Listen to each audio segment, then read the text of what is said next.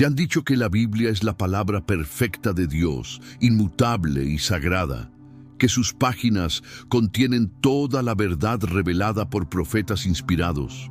Pero nunca te dijeron quién realmente la escribió.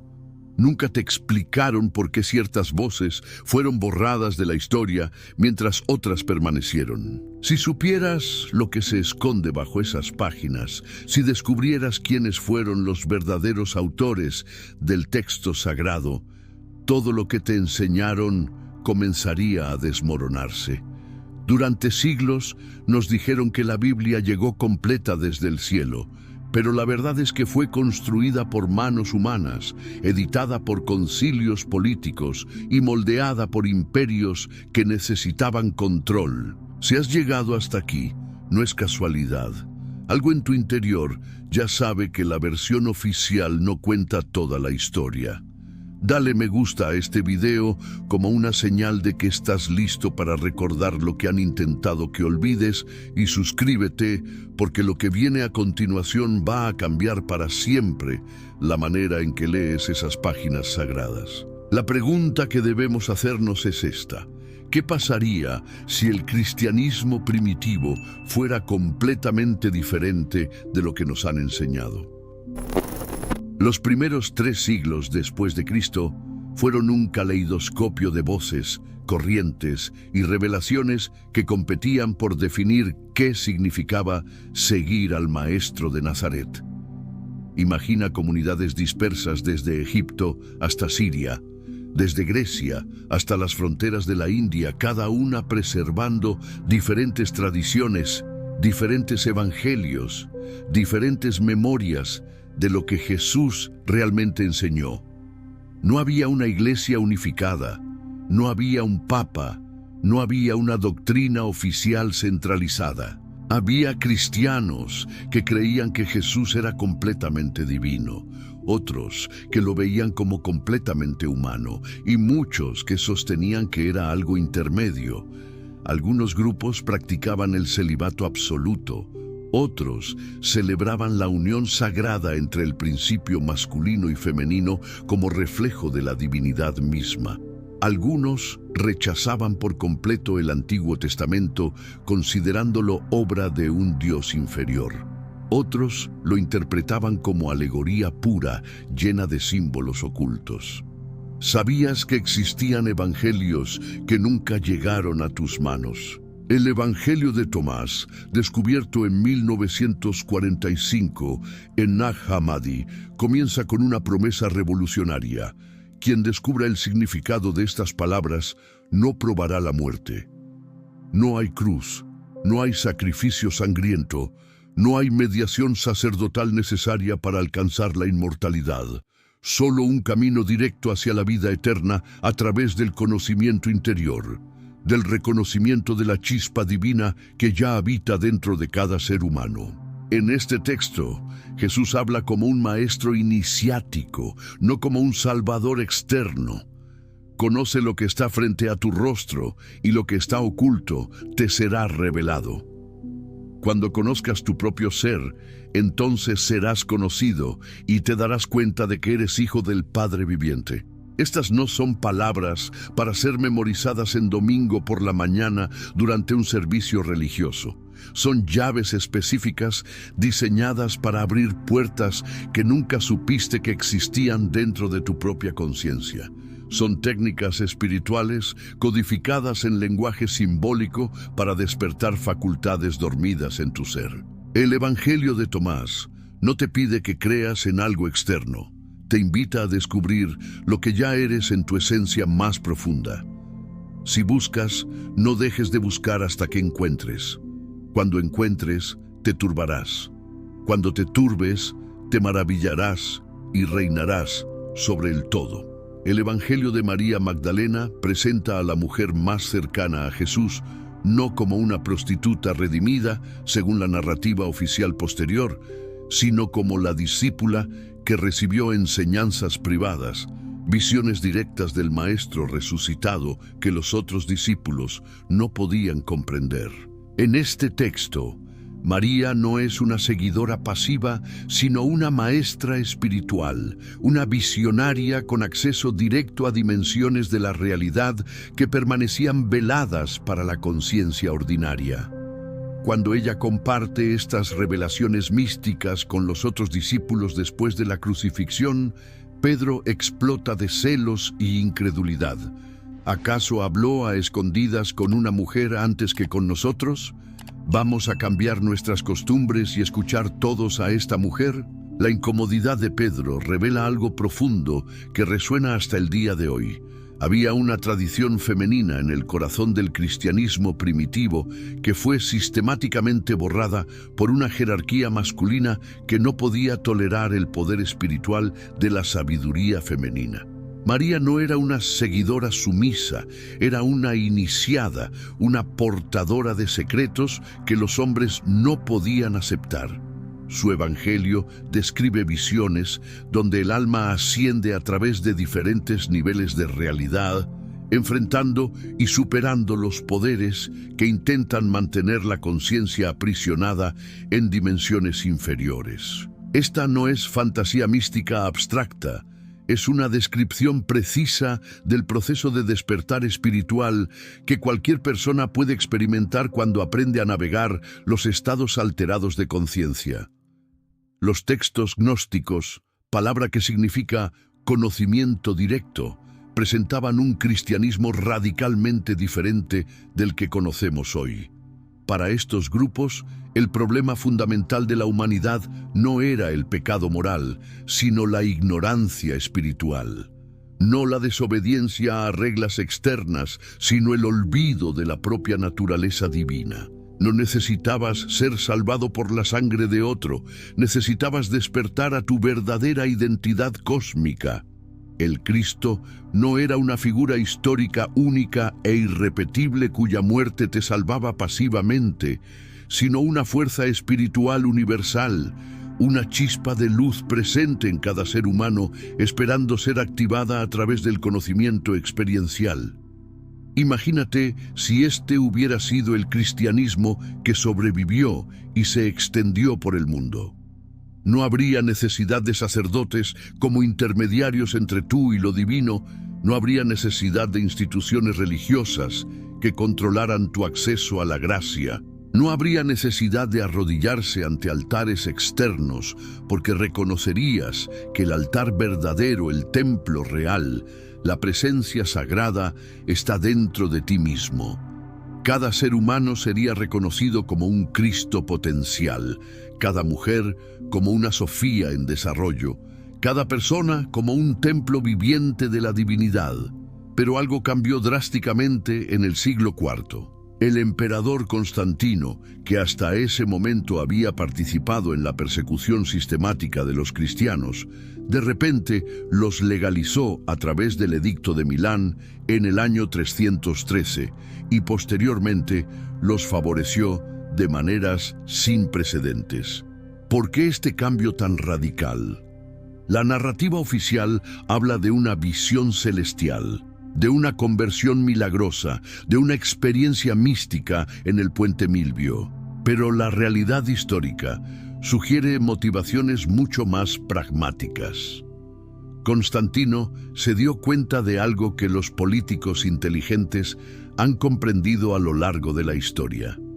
Si no puedes destruir un movimiento que se extiende como fuego entre las masas, puedes absorberlo, controlarlo, domesticarlo y utilizarlo para tus propios fines. En el año 325 convocó el Concilio de Nicea, oficialmente para resolver las disputas doctrinales que estaban fragmentando el cristianismo, pero en realidad para crear la uniformidad religiosa que el imperio necesitaba para mantener la cohesión política. Los obispos se reunieron no como místicos en busca de revelación divina, sino como funcionarios imperiales con la tarea específica de decidir qué versión del Cristo serviría mejor a los intereses del Estado romano. Las discusiones no giraron en torno a experiencias espirituales directas, sino a formulaciones teológicas que pudieran ser reguladas, controladas y enseñadas uniformemente a través de instituciones centralizadas. Coloca tu mano en tu pecho ahora mismo y siente los latidos de tu corazón por unos momentos. Cierra los ojos si es posible y permite que tu atención descanse en ese ritmo constante que ha estado sonando en tu interior desde antes de que nacieras, desde antes de que cualquier libro fuera escrito, antes de que cualquier concilio decidiera qué era verdad y qué era herejía.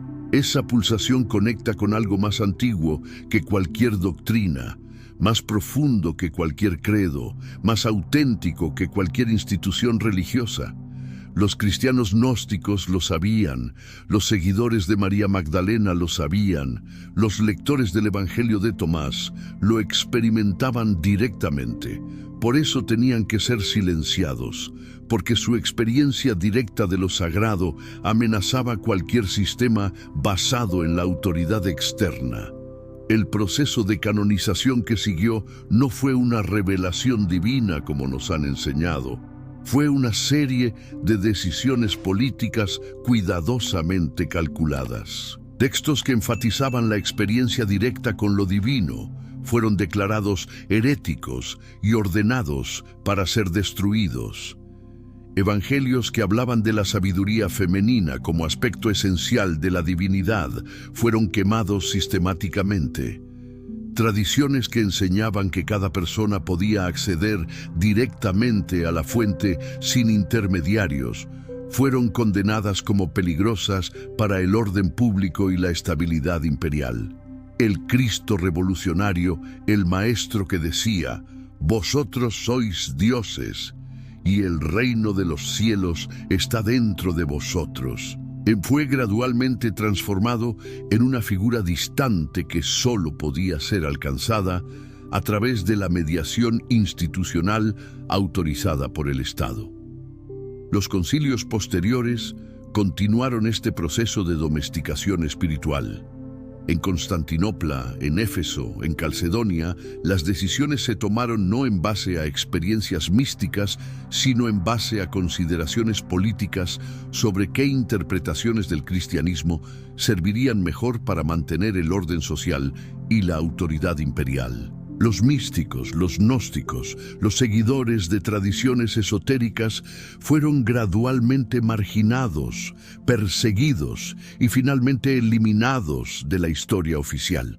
Pero incluso después de la purga sistemática, incluso después de los concilios políticos, incluso después de siglos de represión institucional, algunas semillas de la tradición original sobrevivieron. Se escondieron en símbolos que pasaron desapercibidos para los censores, en parábolas que conservaron múltiples niveles de significado, en contradicciones textuales que nunca fueron completamente resueltas porque apuntaban a verdades demasiado profundas para ser reguladas por decretos conciliares.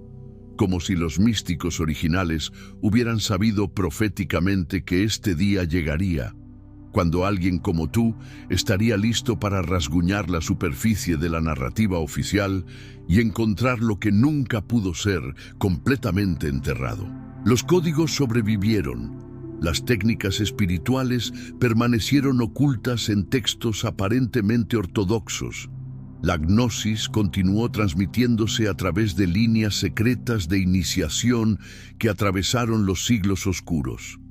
Respira profundo 3 veces ahora y pregúntate honestamente, ¿qué siente tu cuerpo cuando imaginas un cristianismo sin miedo al castigo divino, sin culpa heredada, sin intermediarios obligatorios entre tú y la fuente de la vida?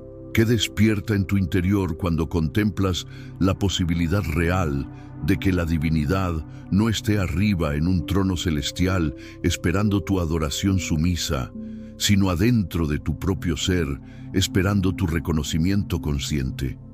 Esa sensación que experimentas ahora mismo, sea de esperanza, de reconocimiento, de nostalgia o incluso de resistencia, Es tu acceso directo a la corriente que los primeros cristianos místicos conocían y vivían como realidad cotidiana. Hay figuras en los textos prohibidos que fueron demonizadas precisamente porque representaban verdades demasiado peligrosas para los sistemas de control religioso y político. Sofía, la sabiduría divina personificada, aparece en las tradiciones gnósticas no como una abstracción teológica, sino como la emanación femenina activa del absoluto que en su búsqueda apasionada de conocimiento y experiencia da a luz tanto a la luz como a la sombra de este mundo material. Su historia no es la narrativa convencional de una caída moral por desobediencia, sino el relato épico de una aventura cósmica de conciencia que se atreve a explorar todos los rincones posibles de la existencia, incluido el territorio aparentemente peligroso del olvido temporal de su propia naturaleza divina. En las cosmogonías gnósticas más sofisticadas, Sofía representa el aspecto dinámico y creativo de la divinidad que no permanece pasivo en la perfección estática celestial, sino que se arriesga voluntariamente, se aventura conscientemente en lo desconocido, crea mundos, incluso imperfectos, motivada por el impulso primordial del amor y la curiosidad infinita. Su historia no es una tragedia de error y castigo, sino una épica espiritual de exploración. Ella es quien permite que la experiencia humana exista en toda su complejidad, quien hace posible el drama magnífico de la conciencia que voluntariamente se olvida de sí misma para luego recordarse de manera más profunda y completa. Cuando los padres de la Iglesia eliminaron sistemáticamente a Sofía de la narrativa cristiana oficial, no solo borraron a la sabiduría divina como principio cósmico activo, borraron simultáneamente el aspecto aventurero, curioso, experimental y fundamentalmente femenino de lo sagrado. Eliminaron la comprensión de que la divinidad no es una perfección estática, sino una creatividad dinámica, no una autoridad rígida, sino una inteligencia amorosa que se despliega a través de la experiencia, incluso a través del aparente error y la aparente separación. El demiurgo, presentado en estos textos como el arquitecto de este mundo material, no es el Dios supremo como afirma la religión oficial, sino una emanación menor de la divinidad que, habiendo olvidado sus propios orígenes cósmicos y creyéndose erróneamente el único Dios, construye un universo basado en principios de control jerárquico, ignorancia de las fuentes superiores y separación ilusoria de la unidad original. Esta figura arquetípica representa algo que reconocerás inmediatamente en tu experiencia contemporánea. Esos sistemas, estructuras mentales y voces internas que insisten obsesivamente en que la realidad física material es todo lo que existe, que el poder externo es más real que la autoridad interior que debes obedecer, sin cuestionar a autoridades que ni siquiera conocen la fuente verdadera de su propio poder.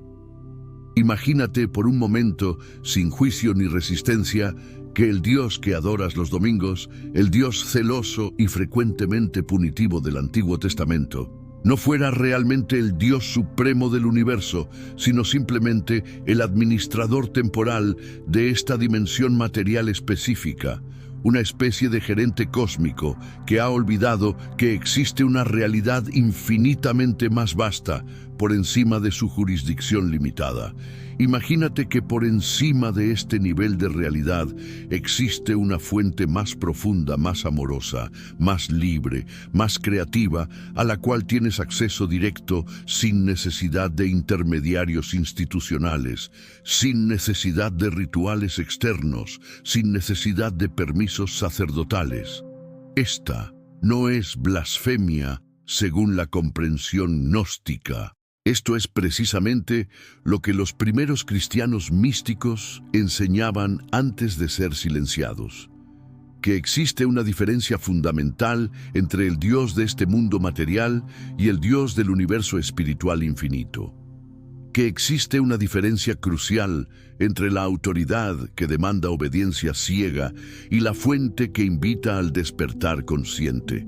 Que existe una distinción esencial entre el poder que controla desde afuera y la presencia que ilumina desde adentro. Judas Iscariote, tradicionalmente vilipendiado como el traidor supremo en la narrativa cristiana oficial, aparece en el Evangelio de Judas como el discípulo más cercano espiritualmente a Jesús, el único que realmente comprendió la naturaleza y el propósito más profundo de la misión del Maestro. En este texto revolucionario, Jesús le confía a Judas secretos que no comparte con los otros discípulos. Tú sacrificarás al hombre que me reviste. No se trata de una traición motivada por 30 monedas de plata, sino de una colaboración sagrada, conscientemente aceptada por ambos participantes. Judas no entrega a Jesús por codicia o resentimiento, sino por amor iniciático, para permitir conscientemente que el Cristo interior se libere de las limitaciones de la forma física particular. En esta interpretación, la crucifixión no es un sacrificio sangriento demandado por un Dios sádico, sino un ritual de transformación alquímica donde la conciencia aprende a trascender la identificación exclusiva con el cuerpo material. Esta inversión completa de valores no es accidental ni arbitraria, es profundamente reveladora. Nos muestra cómo la narrativa oficial sistemáticamente transformó al colaborador más íntimo y consciente en el villano más odiado y condenado. ¿Qué tal si todo lo que has sido enseñado a odiar, reprimir o condenar en ti mismo fuera precisamente lo que necesitas integrar conscientemente para despertar a tu totalidad?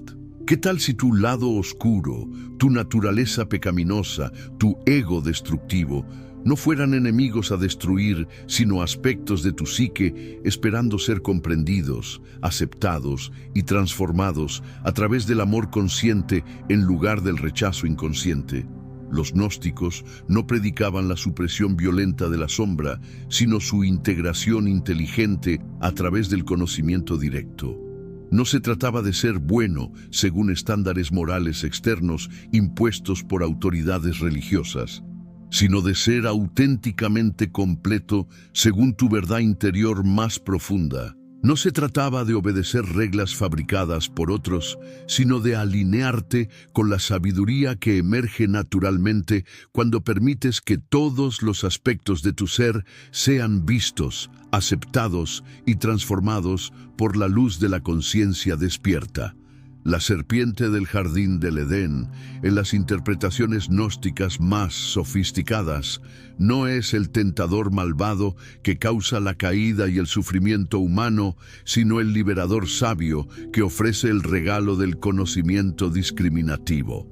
Cuando le dice a Eva, no moriréis, sino que vuestros ojos serán abiertos y seréis como dioses, conociendo el bien y el mal. Está describiendo exactamente lo que sucede en el proceso de despertar espiritual, la expansión de la conciencia más allá de la inocencia inconsciente hacia la sabiduría consciente. Esta serpiente representa la fuerza evolutiva interior que continuamente te empuja a cuestionar autoridades externas, a confiar en tu experiencia directa por encima de las explicaciones heredadas, a no aceptar verdades prefabricadas sin examinarlas personalmente a través del filtro de tu propia inteligencia y sensibilidad. Por eso fue sistemáticamente demonizada por las autoridades religiosas. Porque una humanidad que piensa independientemente, que confía en su sabiduría interior, que cuestiona narrativas oficiales, no puede ser controlada fácilmente por sistemas basados en la obediencia ciega y el miedo al castigo.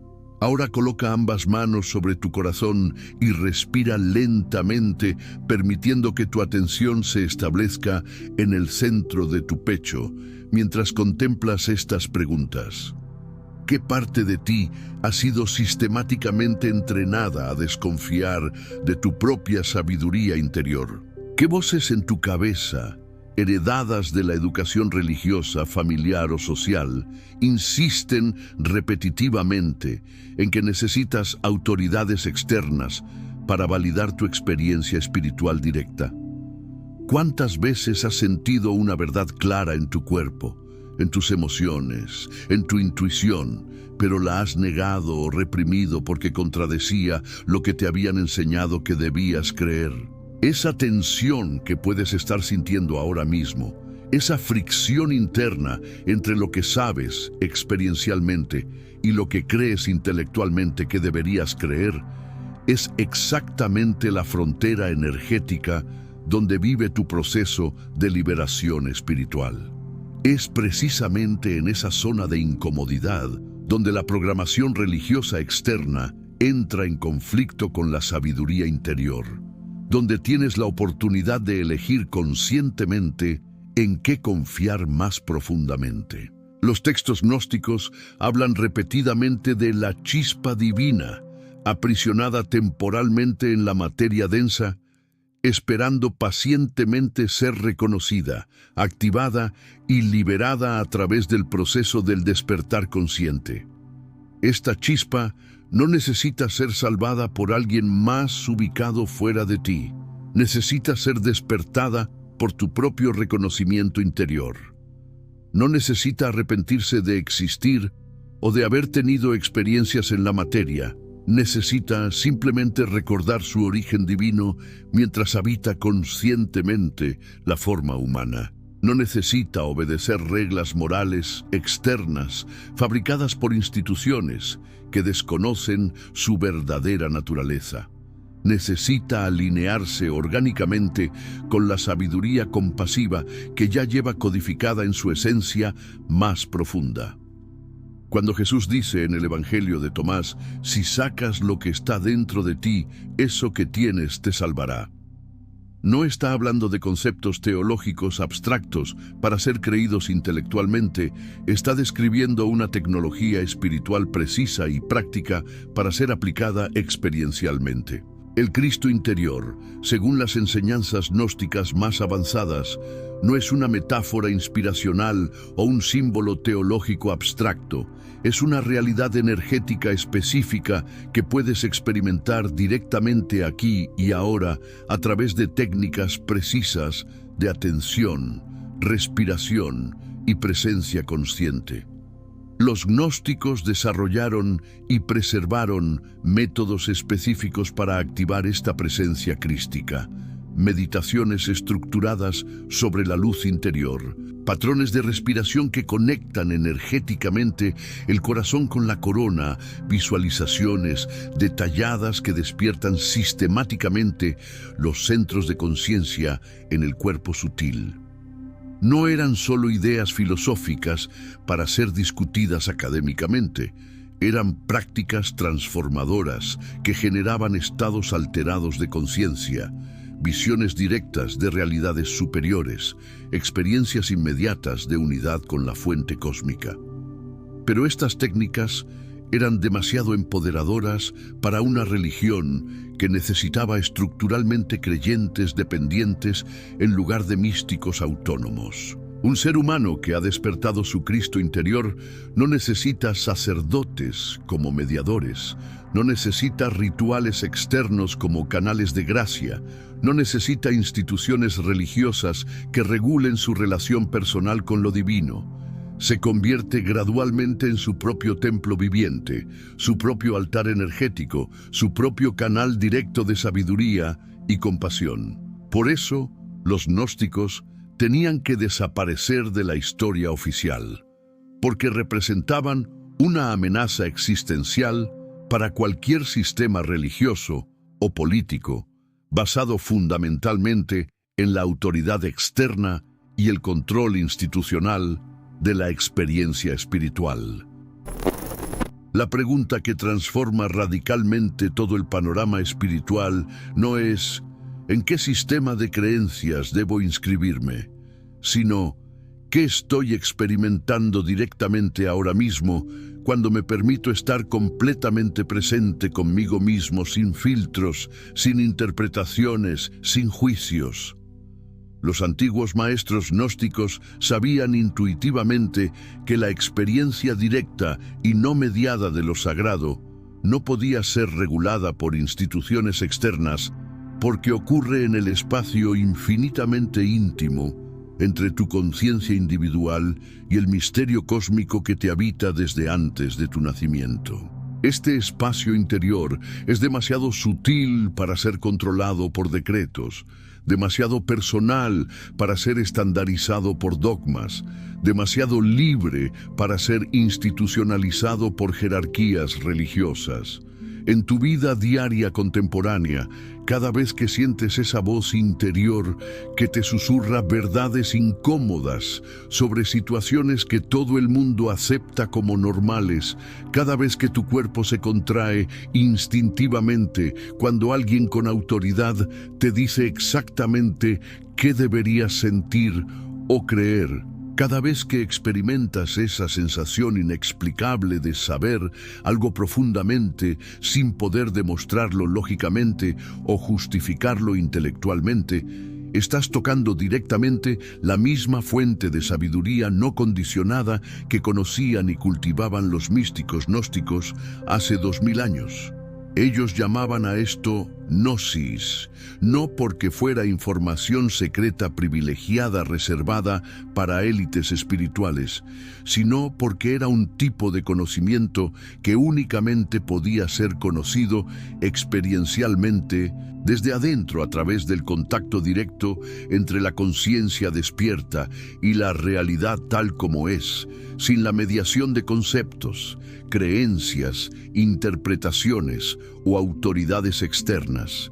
Es el conocimiento que surge cuando la mente que categoriza se aquieta lo suficiente para permitir que la inteligencia del corazón perciba directamente. Vivimos diariamente rodeados de demiurgos modernos, perfectamente actualizados, sistemas mediáticos, educativos, económicos y sociales que insisten obsesivamente en que la realidad externa material es más real y más importante que tu experiencia interior, voces publicitarias y culturales que te convencen sistemáticamente de que necesitas sus productos, sus servicios, sus validaciones, sus aprobaciones, para estar completo, para ser aceptable, para tener valor como ser humano. Cada vez que sientes automáticamente que algo fundamental está mal contigo, tal como eres naturalmente, que necesitas comprarte algo, arreglarte de alguna manera, mejorarte según estándares externos, o transformarte para ser finalmente digno de amor y respeto, estás escuchando el eco contemporáneo de la misma mentira estructural que llevó a los primeros cristianos a rechazar la experiencia directa de la gnosis. La idea profundamente condicionada de que la divinidad, la completitud, la paz, la felicidad son algo externo que debes alcanzar, adquirir o merecer, en lugar de algo interno que únicamente necesitas reconocer como lo que siempre has sido debajo de todas las capas de condicionamiento.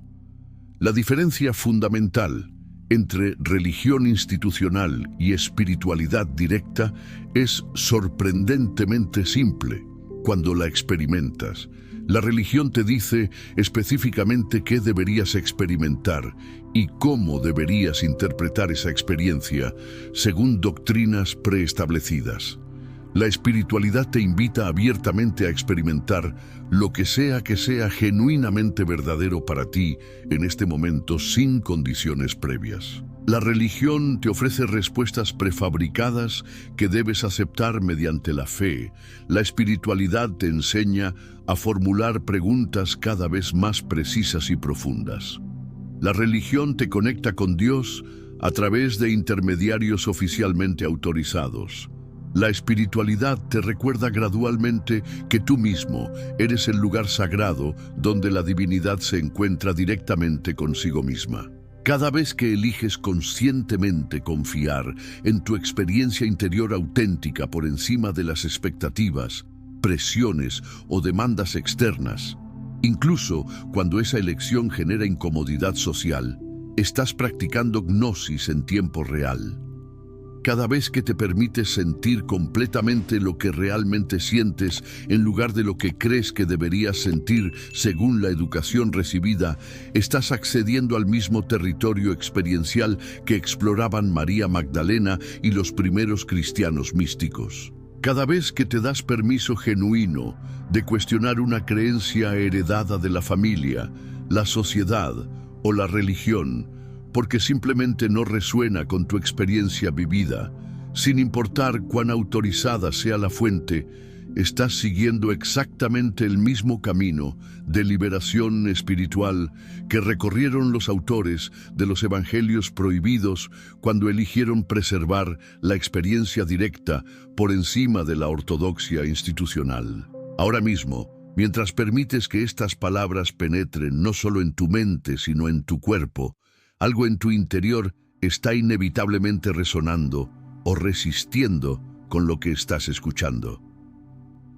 Ambas reacciones son información extremadamente valiosa si prestas atención sin juzgar. La resonancia te indica exactamente dónde tienes acceso directo e inmediato a estas verdades gnósticas, dónde tu sistema nervioso reconoce algo que ya sabía, pero había sido condicionado a olvidar o negar. La resistencia te muestra con precisión dónde has sido sistemáticamente programado por la educación, la religión, la cultura, para desconfiar automáticamente de tu propia sabiduría interior, para buscar validación externa antes de confiar en lo que experimentas directamente. Ninguna de estas reacciones es buena o mala según los estándares gnósticos.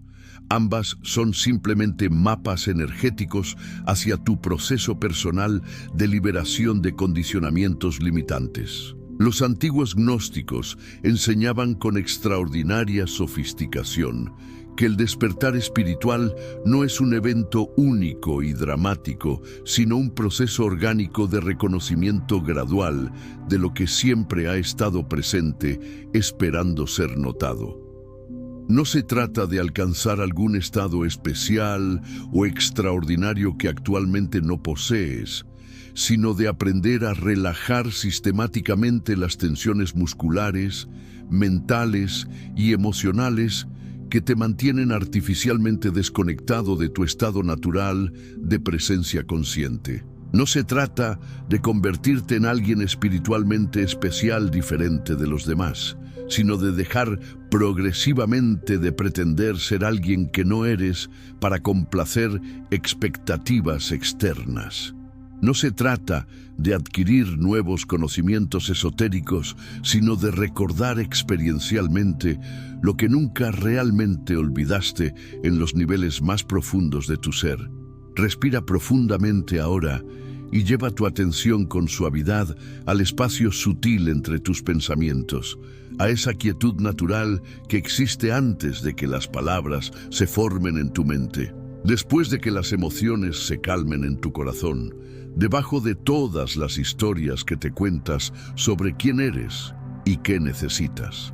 Ahí, en ese espacio sin nombre, sin forma, sin historia personal, sin identidad construida, vive eternamente la presencia que los místicos de todas las tradiciones han llamado por diferentes nombres: Cristo, Buda, Atman, la chispa divina, el yo superior. No es algo que necesites crear a través del esfuerzo espiritual o alcanzar mediante prácticas complejas, aunque las prácticas pueden ser útiles para limpiar los obstáculos. Es algo que únicamente necesitas reconocer como lo que ya eres, debajo de todas las identidades temporales que has coleccionado, debajo de todas las máscaras que has aprendido a usar para funcionar en el mundo, debajo de todas las estrategias que has desarrollado para obtener amor, aprobación y seguridad. La gran ironía histórica que descubrimos cuando estudiamos cuidadosamente es que la tradición cristiana oficial, a pesar de todas las ediciones, supresiones y distorsiones, Preservó suficientes fragmentos de las enseñanzas gnósticas originales para que cualquier persona que esté realmente prestando atención pueda reconstruir experimentalmente el camino directo hacia la realización. El reino de los cielos está dentro de vosotros. Vosotros sois dioses. Todo lo que yo hago, vosotros podéis hacerlo, y aún más. Estas frases que millones han memorizado mecánicamente en contextos religiosos no son poesía inspiracional para ser admirada desde lejos. Son instrucciones técnicas precisas para el despertar espiritual directo. Son mapas codificados hacia la experiencia inmediata de tu naturaleza divina, pero fueron sistemáticamente enterradas bajo múltiples capas de interpretación teológica que las volvieron conceptualmente inofensivas, emocionalmente abstractas y prácticamente postergables para después de la muerte física. La genialidad profética de los místicos originales fue que intuitivamente sabían que las fuerzas del control institucional eventualmente tomarían control de las enseñanzas. Entonces las codificaron de tal manera que sobrevivirían a cualquier purga sistemática. Sabían que siempre habría personas como tú, en algún momento futuro, que estarían suficientemente despiertas para decodificar lo que realmente trataron de transmitir a través de los siglos.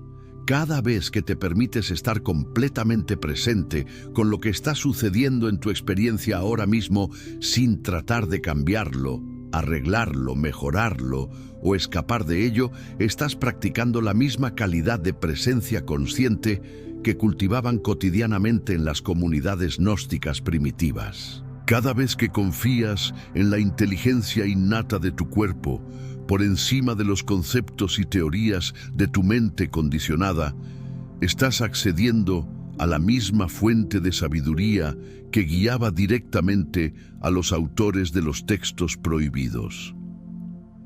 Cada vez que eliges el amor por encima del miedo, la compasión por encima del juicio, la autenticidad por encima de la conformidad, incluso cuando esa elección genera incomodidad temporal, estás siguiendo exactamente el mismo principio de vida que motivó a los primeros cristianos místicos a preservar estas enseñanzas transformadoras a riesgo de sus propias vidas. La diferencia entre conocer intelectualmente sobre la espiritualidad y conocer espiritualmente es exactamente la diferencia entre leer sobre el fuego y sentir directamente el calor en tu piel.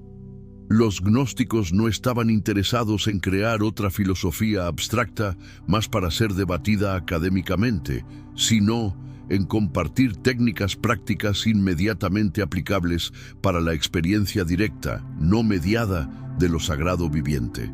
Por eso fueron considerados tan peligrosos para todos los sistemas de control religioso y político, porque un ser humano que ha gustado genuinamente la libertad interior, que ha experimentado directamente su propia divinidad, que conoce por experiencia propia su conexión inmediata con la fuente cósmica, no puede ser fácilmente manipulado, controlado o dirigido por autoridades externas que reclaman tener acceso exclusivo a la verdad. Coloca tu mano sobre tu corazón una vez más y repite internamente estas palabras, no como una afirmación que esperas que se vuelva verdadera en el futuro, sino como un reconocimiento de lo que ya es verdadero ahora mismo y está esperando ser conscientemente notado. Yo soy la presencia que he estado buscando.